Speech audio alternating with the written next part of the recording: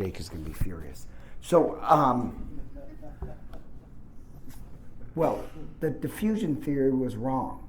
Here's the bizarre part. So, with carbon dating, it showed that that was wrong. What happened is, as humanity expanded in a certain time, from Papua New Guinea, Madagascar, Ireland, Britain, all these places, at the same time period, human beings started to build these huge stone monuments for ritual, for the dead, for remembering. So they started to build these huge monuments. Dang it. Okay, I apologize, but... Oh, great. Okay, I want you to close your eyes so you don't know where I hide the password. Is it for staff or non-staff?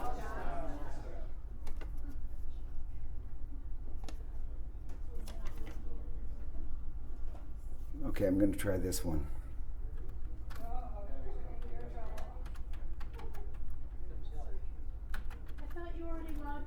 I did, but the computer refused to acknowledge me. I know. Aren't you glad I keep that sheet there? Don't tell people. I know. I'll find out. Did it work? Yeah. Oh, good. They'll figure out where we hide our pass. It's very you will never figure out where I hide the key to my house.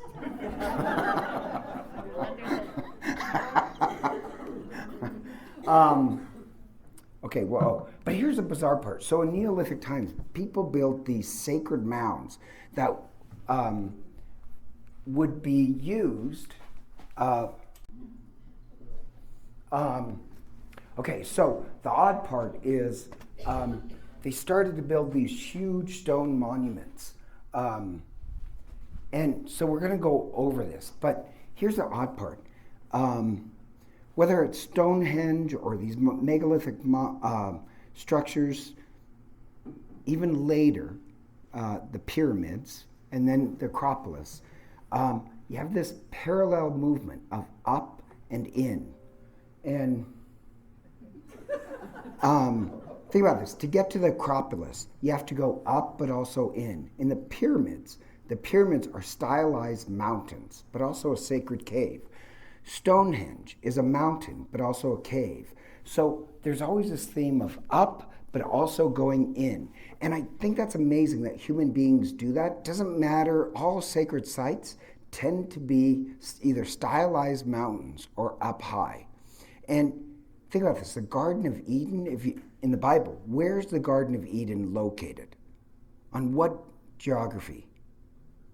Oh, sorry. On the top of a mountain. Or when they talk about heaven, like tonight's Psalm 24, another term for heaven is the mountain of God. And so, in this odd ways, these megalithic structures are always built as kind of hills or mountains. And they always employ astronomy so people can find their direction. So even if it's an ancient Buddhist temple, such as the one in Cambodia, the temple is this mystical mountain. And it's orientated astronomically so that over the summer and winter solstice, but also the equinox. It's a way of saying heaven and earth have met in this place. But it just amazes me that there's this kind of religious ancient impulse of building up and in. And so, as I said, it didn't happen diffusing out. It happened all at the same time. And Jung has this theory of archetypes. And his theory of archetypes is that when you're born, you're not a blank slate. You already have some pre-programming in you. And I think just like the megalithic movement, that all of a sudden human beings started to build these things, doesn't matter, Madagascar, wherever it is. Okay, so does that make any sense about, it just seems to be in the human psyche to do this. Because so many people did it throughout the world at the same time. And so some of these, I want to go over them. Does that make sense to you guys? So some of these megalithic structures are first what's called a menhir. And they're taken from Gaelic terms, and the reason why is like Britain and Ireland, they had the advantage of when these glaciers receded, they left these huge carved stones. Other places in the world didn't have such huge stone structures, but we'll see what they did. So first there's a menhir, and it's a standing stone. It's a huge standing stone. And what we found out is that they marked places for the dead. Oh, that doesn't work. Places for the dead, but also for either a treaty between peoples or a birth of a child, an adoption of a child. And then, so first it started out with just standing stones. You can go to Europe and find these.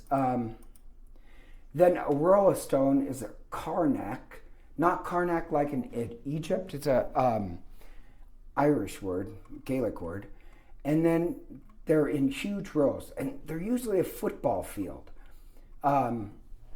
So they're usually a football field. Once again, places to bury the dead. But then came what's called a dolmen. And a dolmen just means table in Gaelic. And they took these huge megastones and built up a stone on top. Then they'd cover it with earth and then put grass in. And so that's actually kind of one of my favorites.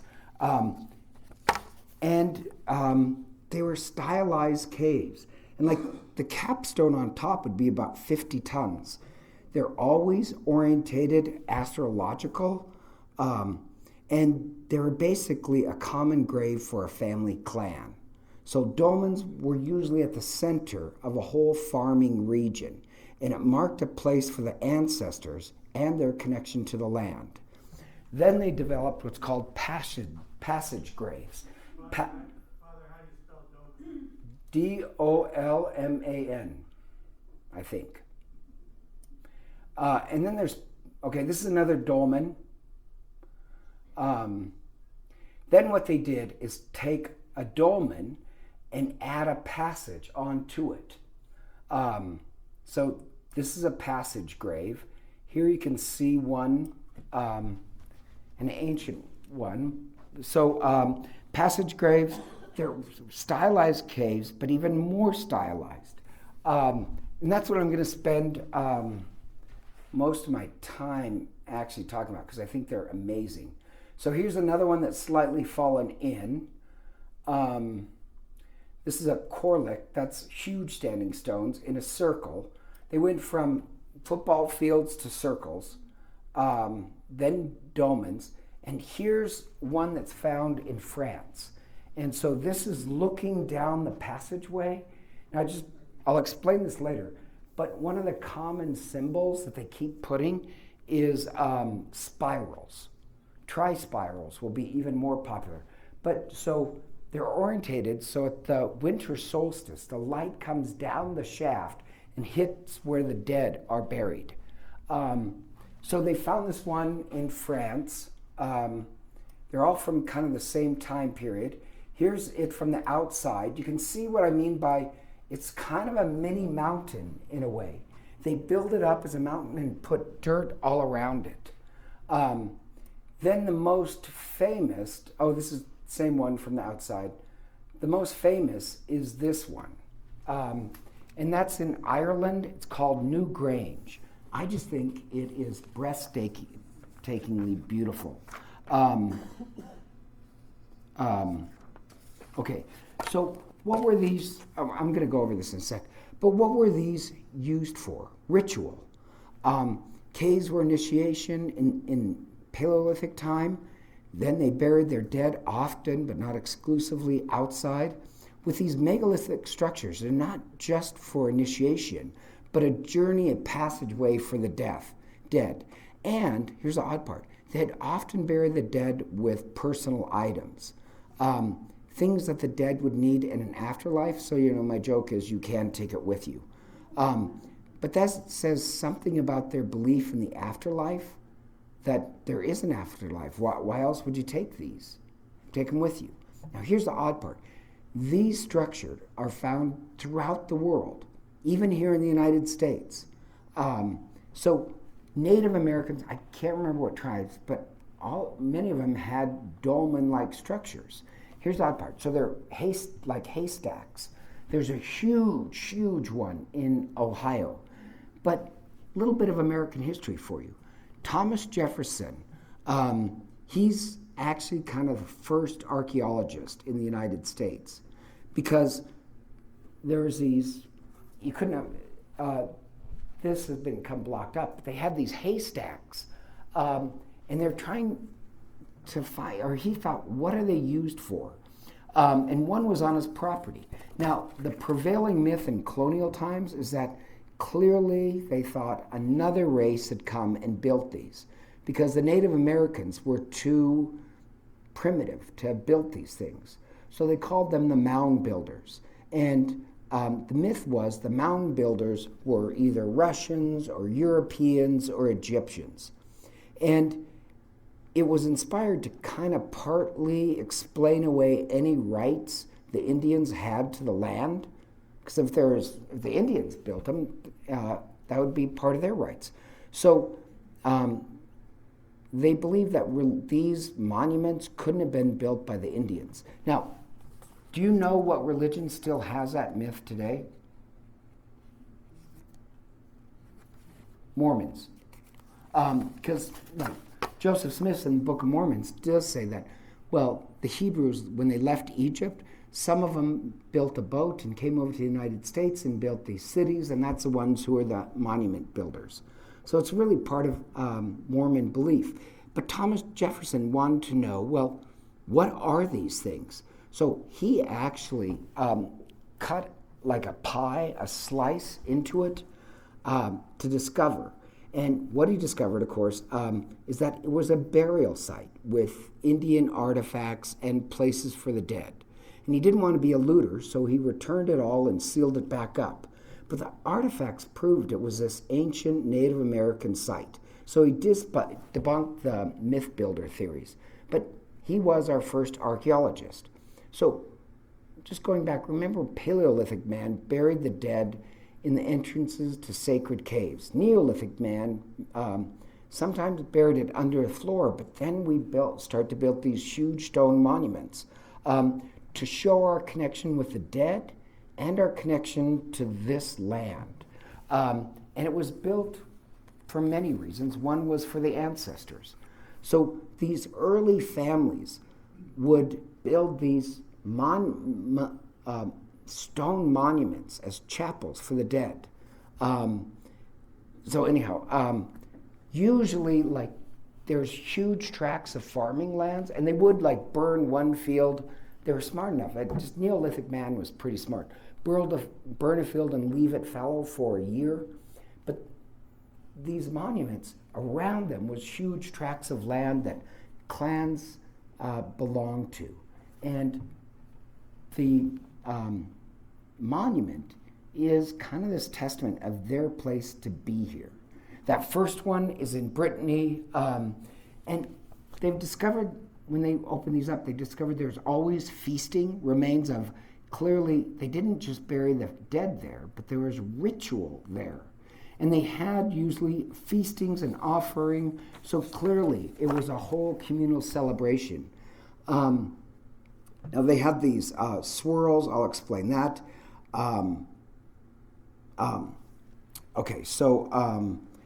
The important part is that when, this is New Grange, when the light will come down that shaft and hit where the dead are, that's always on the winter solstice. So they have structures like that in North Dakota and Montana and all over the place. But for the Indians, they also used it to mark the hunting season. For an agrarian society, it would be new planting. I love the idea that it's both astronomy and agricultural.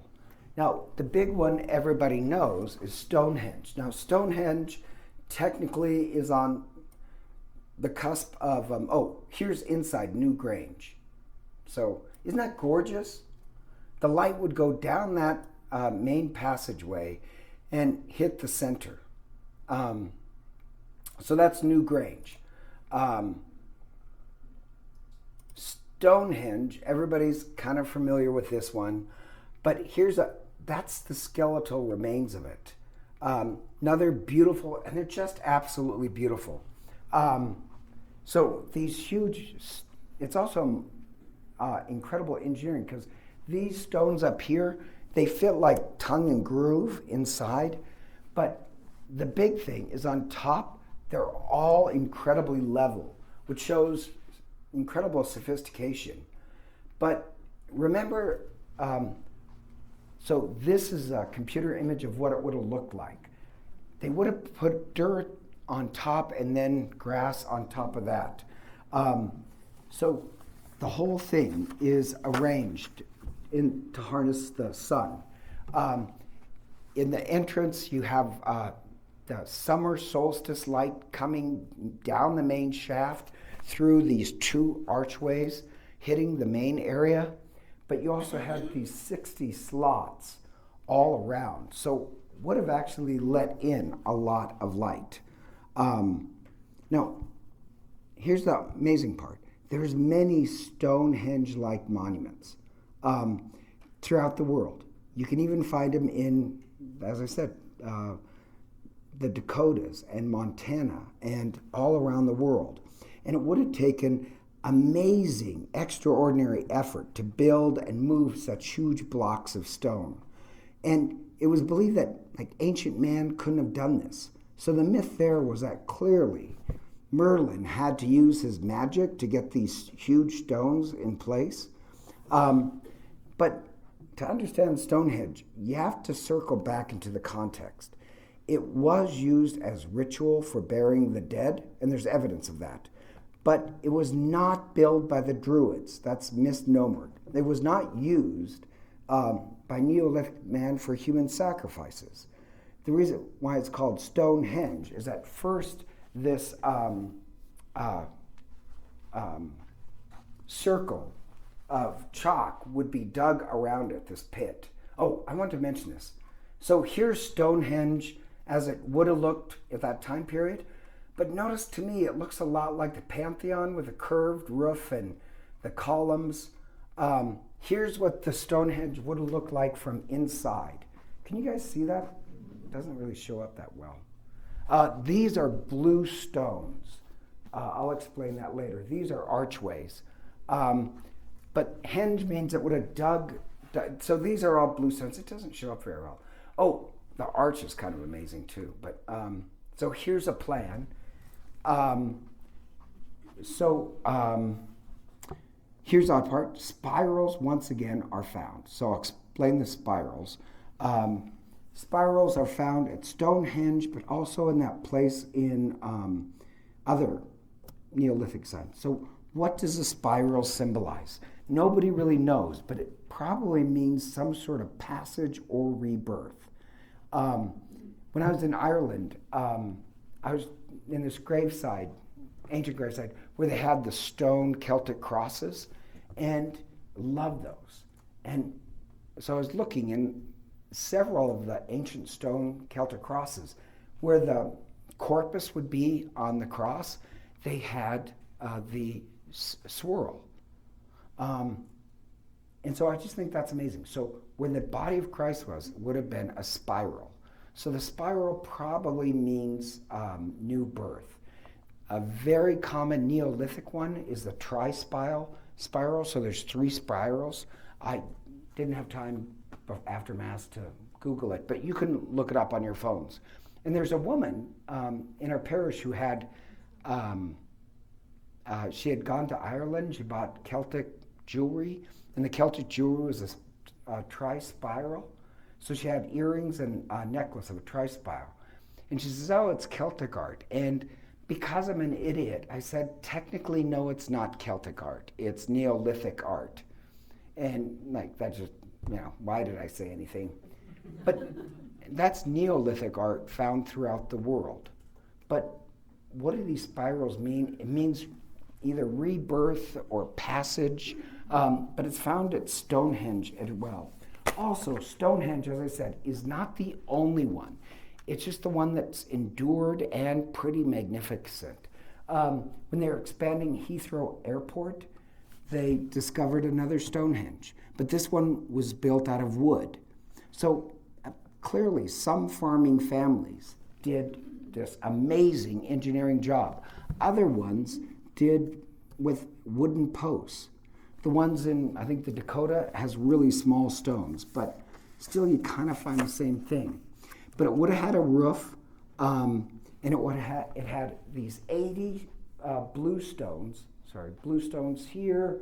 Here are these blue stones. They're come from another part of like 250 miles away. The really big stones are on the outside. If you're wondering why the blue stones, because the blue stones we know from this Greek record and other records, the blue stone, when you pour water over it, it has this shimmering blueness to it. And this water ritual was done for healing. So Stonehenge was used for healing, but also a place for the dead. So there's this ancient Greek source that speaks about going to Britain, about this structure of Stonehenge, about the blue stones, and it was a place for healing that involved water rituals. I think that's kind of interesting. There's offering pits where they buried the dead, and once again, artifacts for the dead. One of the bodies they found was actually somebody from the Swiss Alps who actually had gold on him. Metal at this time would have been very rare. We're not into the Iron Age yet, but he had gold on him. And he was an older man who was clearly an archer with a younger man who died as well, and they're related somehow. But he had come there, obviously, for healing. So you have these stone pits. You also have antlers. How they dug is actually with the antlers, how they dug that henge, first of all. So what is the purpose of Stonehenge? Well, one, obviously, is funeral rites. Second one is, obviously, it was healing, for a healing site. Also, once again, astrological observatory with midsummer red sunrises, winter solstice. It was for that. The Greek source that wrote about Stonehenge said that they worshiped the sun, that these ancient people worshiped the sun. I think that's absolutely amazing. The odd part is, what are these huge, the really, really big arches here? These are for support of the roof. Then inside they had 4 large arches, and this one was the largest of all. 3 blue stones in front of it. Nobody really knows, but it got me thinking, and this is just me, look at like the Roman triumphant arch. You know, you find these all over Europe, right? The triumphant arch. They don't really go anywhere, but they symbolize a passage. So maybe the 5 archways inside of Stonehenge symbolize a passageway. Oh, yes. Good, I can drink the beer. How big is, what would the diameter of that be? I don't know. I know that Like a football field? That looks huge. it is huge. I don't think it's a football field. I just know the height of the really tall arch is 30 feet tall. So, does anybody know? Okay, questions too boring? But what I do like what it says about religion is even from primitive times, we built sacred places. We built sacred places that were for healing, for a connection in the past. And I want to make this point, I'll make it later. Think about this. A lot of this is about memory, that our people have lived here and are buried here. It's about memory and belonging. But it's also about direction. The whole thing that they're always dealing with the stars, you do that for navigation and keeping of time. It's about giving you direction in the future. And I love how it says something about religion, both remembering the past and the future. So there was Stonehenge, and that's an ancient Neolithic structure. But then they found one, even by accident. This famous Greek archaeologist found one in the island of Malta that's even more ancient than Stonehenge. And it's called the Hypogeum. Hippo, anyhow, it means under the earth. And it's in Malta. And these are burial slots to put the dead. And it actually turns out to be this huge complex. Now, the island, this is Neolithic man. So I don't know how the heck they found Malta, but then they had this huge underground chamber for burying the dead. And 7,000 people were buried underneath there. And they figured from Neolithic times, the population of Malta and the surrounding islands would have only held about 10,000 living population. There are almost as many people buried under as above. And they didn't use huge stone blocks because Malta doesn't have any. But because of the sediment of years, they have this stone that you can carve into. Now, here's the amazing part. This is made by Neolithic man, very ancient man. But so these are burial plots. And I don't know if you can see this. It doesn't show up. We need a new bulb. But can you see this? Like, there's these doorways and columns. They're not really columns. They dug them that way. They're not actually columns that were put in. Then there's these cone shape. So it's curving around. It's a curved structure.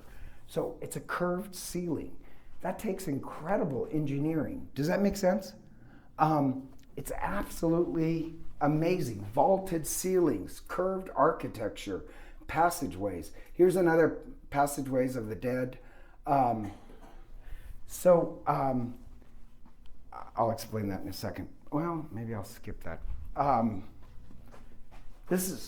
explain. So they found this Hypogeum, and then this Greek archaeologist realizes there has to be another one. And luckily he found it. And this one's even bigger. It's all these passageways. So you'd enter here, and there's burial chambers with altars. So burial chambers, altar, burial chamber. But here's the part that I love.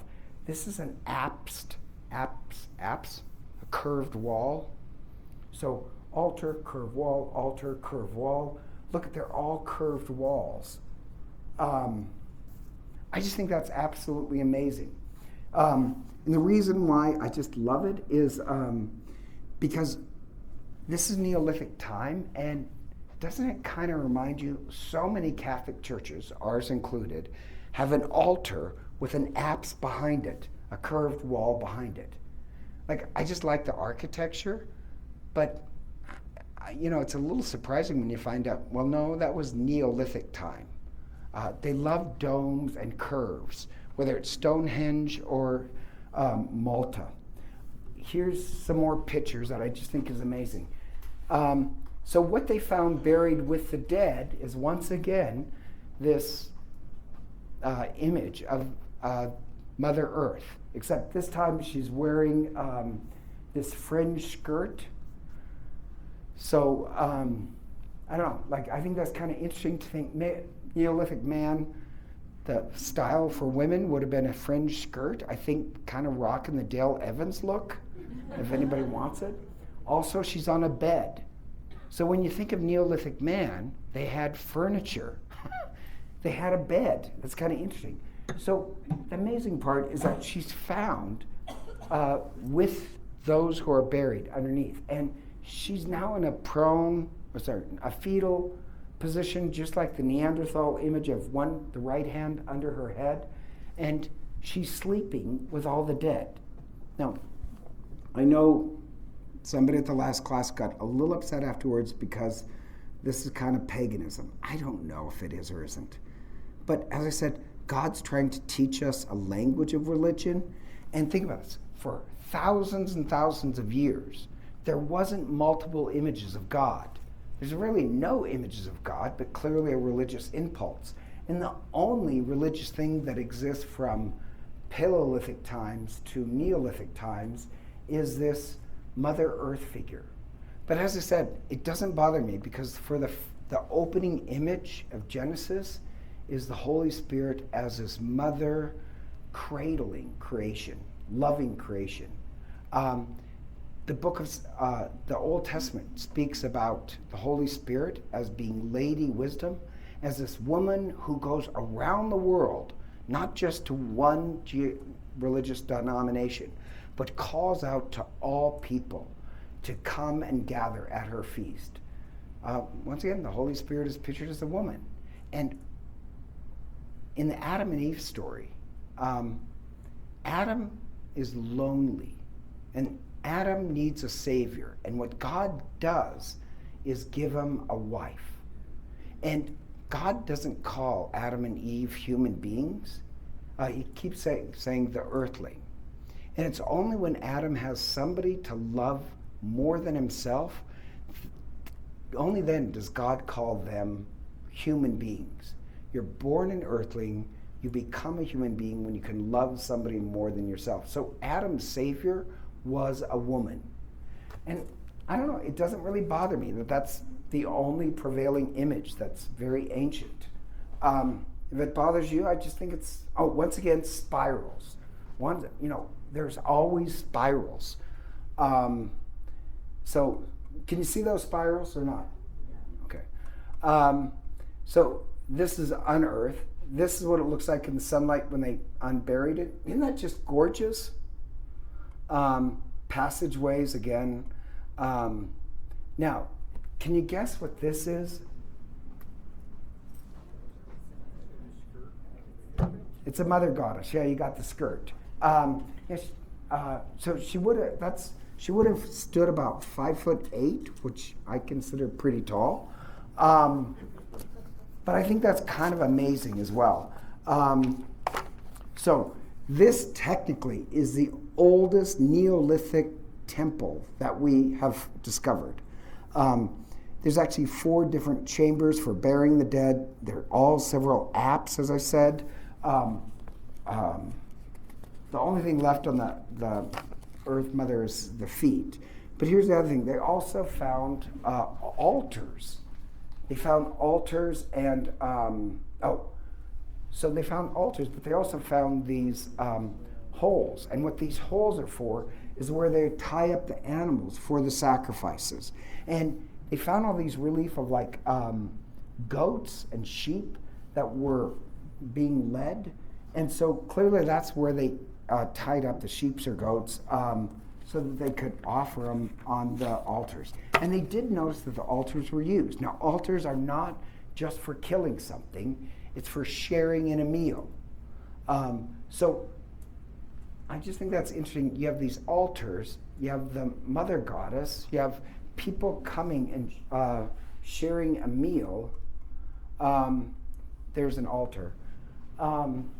Notice, once again, spirals. But altars intrigue me because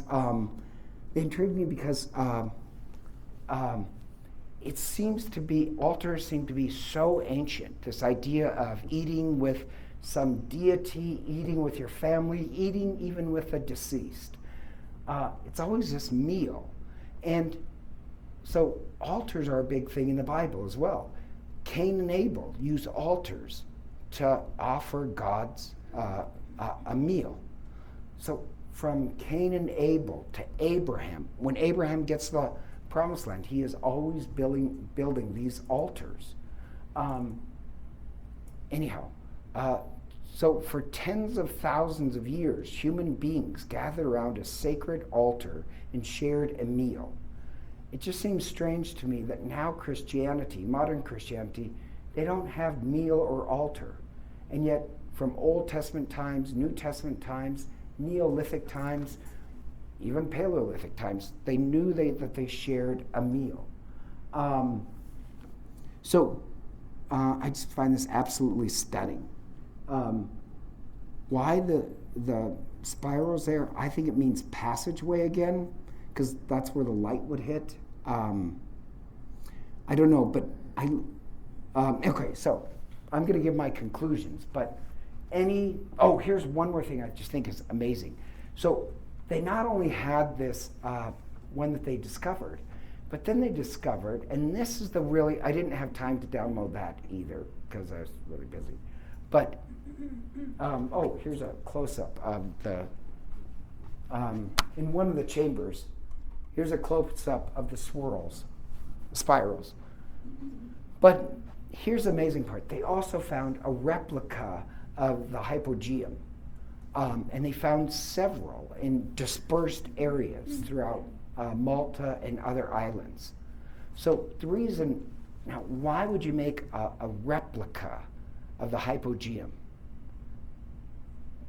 It would be like, because they would have traveled long distances from another island to come to Malta to do this. Why would ancient people do this? It would be like somebody from some godforsaken place, like let's say Cottonwood, having a replica of holy apostles at their farm. And they're just a small replica. Why would they carry a replica away? Because they couldn't often get there. And I think it was to remind them of their place in the world. That here they'd go to bury their dead, but they would carry a replica of this monument back to their farms. Does that make sense? So it just kind of proves to me that sacred places are important. It's not that God is not just at holy apostles, but from Paleolithic man to Neolithic man, we built sacred structures that give us remembrance. They even made copies of them for people who would be in distant islands. Human beings have a need to gather together. So my conclusions are this. And this is why I love studying this, because I just like actually learning anything. But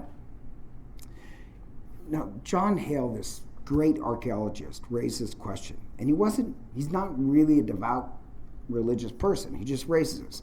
That he's a superb archaeologist. And he says, when you deal with archaeology of Paleolithic and Neolithic man, you're always confronted by religion. It's part of Paleolithic and Neolithic human development. Religion employed art and astronomy and architecture and rituals for the dead and for initiation rites. But in college campuses, and he's a professor, they never teach that stuff. Don't you find that a little odd? Secondly, the whole cave thing. Rituals started in caves as a way of remembering the dead and initiating children into a new birth of maturity. Religion was always this passageway, a new dawn, that life is starting new, even when it's dying. Third, just the astronomical, I'm just having trouble with that word. I don't think it's a beer. The fact that we use the stars and the sun, to me that speaks not just about tracking, but about pointing to the future, giving your life a course. That says something about religion as well. Religion should point you in a direction. You have the obvious connection forth of an afterlife, of remembering the dead. Studying anthropology, all ancient religions had this concern for the dead. So this is the part I find strange. When confronted with death of somebody you love, how did early man deal with it? They dealt with death through ritual, through sharing of a meal, through rituals. Even Neanderthals had complicated funeral rituals. So early mankind communicated and honored the dead seems to be a bedrock of what it means to be religious. Now, if I said, well, what is one of the definitions of religion for you? I would say, this sounds kind of strange, but remembering is a big part. Remembering where you belong, where you came from, sounds kind of strange, but even in the Bible, the word in Hebrew for remembering is a really big word. It comes up a lot. Abraham will say remember. Moses will say remember. But when they say remember, we don't have quite an English word to translate it. There's two words for remember. Like, remember, Dan was born in 1492. That's just remembering some historical past. The other word, the one Moses, the prophets use, that's constantly being used, is the word remember in the sense of it happened in the past, but you've got to make it live today. So the past is living through you today. And so Moses, at the Passover, will say, you must share this meal. When you share the Passover meal, when you remember the Passover meal you'll be one with us. If you do not remember the Passover meal, you are cut off from us. The prophets will say, you have not remembered what God has said. Remembering, it's about your place in the past. Does that make sense? So the fact that they built these structures to remember the dead, to honor the dead, also means religion should be not only about guiding towards a future, but remembering the dead. And speaking of dead, this sounds a little cold, but I'll mention it. It does amaze me that mankind's first theological teacher was death. There's a strange story in the Talmud that talks about this, that one of man's first teachers of theology is death.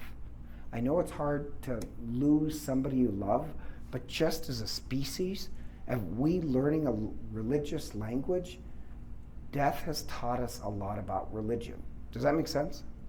So just with Paleolithic man to Neolithic man, I love how it involves art and architecture and place and your connection to other people.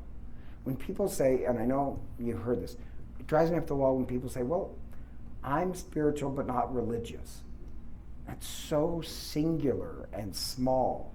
Why not be a part of some movement that, in my opinion, like even Catholicism, it started tens of thousands years ago of learning a religious language that God has taught me. Why does everything religious have to be learned just in my short span of 30 years? Okay, I'm not 30, but does that make any sense? Why can't we be part of this long tradition of learning a religious language? The other thing and this part I don't have an answer to, but it just amazed me. For thousands and thousands of years, there's not like multiple images of God. There seems to be very little. There's just this mother goddess that seems to pervade. And even that, we really don't know what it means. Only after, in the Iron Age, different cultures go off on different directions with different images. But for the beginning, there seemed to be just one image of God, not multiple religions. So there's all this connectedness, the spirals and altars and places. Okay, so your opinion, questions, statements, objections? I don't know everything, so I just go ahead.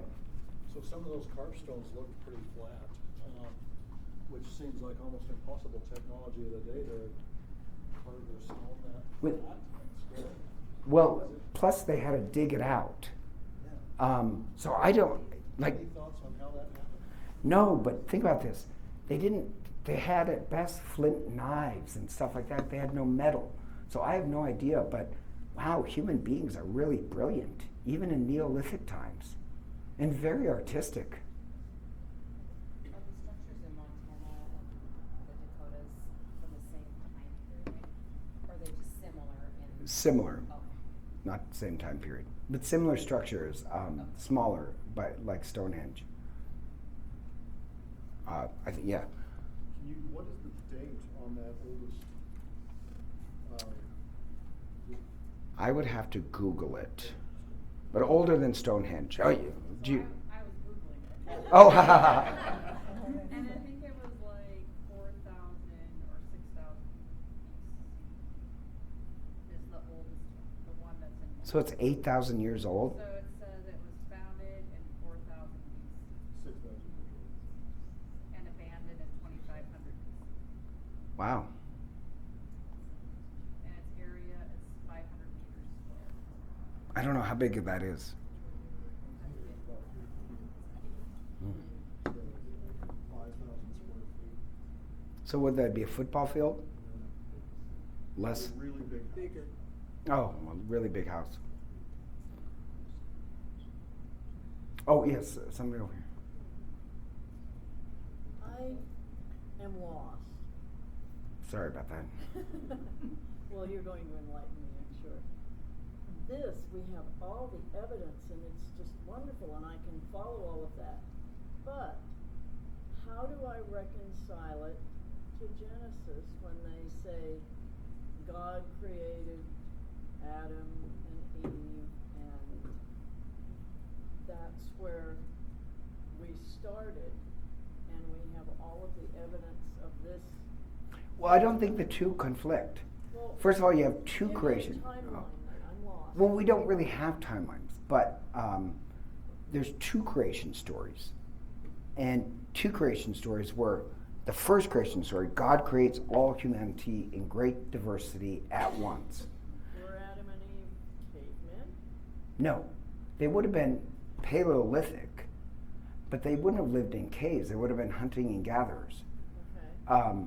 So we'd say it's a Paleolithic time period. But the first creation story describes God creating a whole community at once.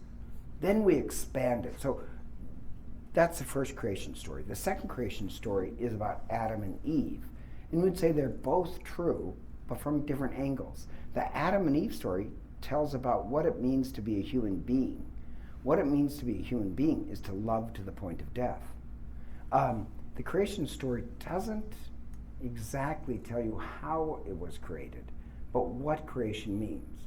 So Adam and Eve would have lived in a garden. Cain and Abel, one was a hunter and gatherer, the other one was a farmer. And the farmer is evil. Just kidding. And notice the farmer kills the hunter and gatherer. Farming took over from the Paleolithic time period. So even people wondered, well, is that really a story about how Neolithic man killed Paleolithic man? I don't know if it is. But it is true, farmers did supplant hunter and gatherers. And then it says that Cain is the father of cities. So it goes from farming to building cities. In just a few verses, that seems to be congruent with this. Well, if God created them in His image, Adam and Eve, how do you reconcile to the paleo people? They look different. How do they look different? Well, They look exactly like us. You know those Geico commercials? Just kidding. No, but they looked exactly like us. So they looked exactly like us. So there's nothing to reconcile. And when it says made in image, it doesn't mean physical image. It means internal characteristics. Not God doesn't have gorgeous blue eyes like I do, or it means the way we love each other, the way we care. That's how we reflect the image of God. How we care for each other as a community. Does that make sense? well, yes, but I'm still out in the North Fork. Oh, sorry. Father, part of the problem is that, unfortunately, many people view the Bible as a book of science. It is not a book of science. It is in no way a book of science. It's a book of stories that have morality to them. And we're learning morality. Most of our images, whether it's of Christ or the Virgin Mary or saints or whatever, have only come about, in the last, hundreds of years through artists that are painting something that they think is the image that portrays people historically. They weren't there to actually put an easel up and paint somebody as an actual image. And I think that's where we get the real problem. I agree with you that it's what we have internally. What have we learned through these millions of years of history in terms of the progress of human beings? That we're continually learning and evolving, and at a time when education and engineering and whatever started matching our intellectual ability that we're able to start recording what we have. And I just don't think there's a conflict. I think that human beings exhibit human characteristics, whether it's Neolithic or whether it's now. Our feelings for one another, our caring, our wanting to know what's beyond, those are all kind of intuitive kind of traits. Yeah, here's the, I agree. I think those ancient stories are not to be taken literally. And even ancient Christians said you shouldn't take them literally. Because when it says God created the world in, let's say, 6 days, even ancient Christians and Jews knew, well, the first day, an actual day, 24 hours, is not on the fourth day, is created on the fourth day. But, so what is the first day? So, even like St. Augustine said, well, you have to use the words day, but a day could mean an eon of time. You can't take that literally. All we know is that God created everything through a process from, as Augustine said, non-living matter to living matter. I don't think any of that objects to the creation story. And when it says God created man from the earth, if God takes an eon to do that, that's fine. But I personally, this is the amazing part, I don't really find, just the beauty of all this, I don't find Neolithic man any less advanced in some ways than a modern human being. Still had this propensity towards community and art and ritual. I think the language of religion has got more complicated, and that's a good thing. I think technology has got more advanced, but it doesn't mean we're more advanced. It just means our technology and religious language is more adept. Father, I think it's interesting that, for instance, Stonehenge wasn't built by one generation of people. It couldn't have been built by one generation of people, just like the pyramids weren't. Even some of our largest churches, basilicas, were built hundreds over of years. And so the fact that these people were able to pass this knowledge from generation to generation and keep this spirit going of their religious beliefs is a testament to the human spirit also, that this is something worth maintaining. I like that. I have a question just for clarification. So when you're talking about Paleolithic art and rituals, is the evidence for the Paleolithic stuff, caves and burying dead, is that all related to sort of Homo sapiens? Yes. In that age, or is it also for Neanderthal? No. Neanderthals. They've proven this by what has been buried in those areas, and I'm just Yeah. So Neanderthals and human beings, totally different. Although Neanderthals did have rituals. But seems to be, yeah. I don't know if that's true. I don't know. I thought I read somewhere that they proved that that's not true. Could somebody Google that? Seriously. Also, they said that if you take a Cro-Magnon man and dress him up in a lot of places in the world, you wouldn't be able to tell that he's not a modern man. Yeah, I don't know. I've seen a few of those Bring something black. Hey, don't put down the Polish. Just kidding. But You're helping to build a cathedral, rebuild a cathedral in Notre Dame. I was just kidding. I was just joking. Right. Polish are very touchy. So what? I think even Paleolithic man is still modern man. Did you find out anything about DNA? absolutely. Oh. I'll tell you in a minute. Okay. So I just think it's part of the awe of the universe just to study this stuff. Hopefully it wasn't too boring, but I consider it the roots of religion. I think it's great. What kind of books are you reading, or where are you getting your information? Okay, I'm kind of bizarre. I take online courses and I love reading. So, and I like anything that's a weird topic. Gene Hall? What's that? Have you read authors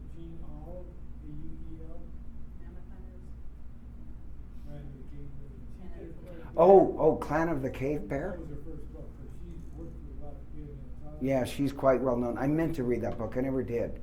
But that was like in high school when that book came out, right? My high school. The movie came out in '86. Oh. You're all right. But read it. She's done a lot of extensive research with scientists, with forensic. Yeah, I know she researched that well, yeah. And that mother theme is very prevalent in her books. So. All right, so that was our larky one. We're going to do one more larky one, and that is review of movies, just because movies are modern day pulpits. We should think about what they're trying to say. Good or bad, we should think about what they're trying to say. And then after that, what am I doing after that? Spirituality? Virtues. Okay, yes. So I always want to do different classes on spirituality, so I was going to do virtues, and then probably, like, I want to go through the schools of the history of spiritualities, like different national spiritualities, the Celtic, the French, things like that. All right, so there you go. Thank you for joining me. Now remember, if you took a glass, please put it away, but wipe off your lipstick. So, see you guys later.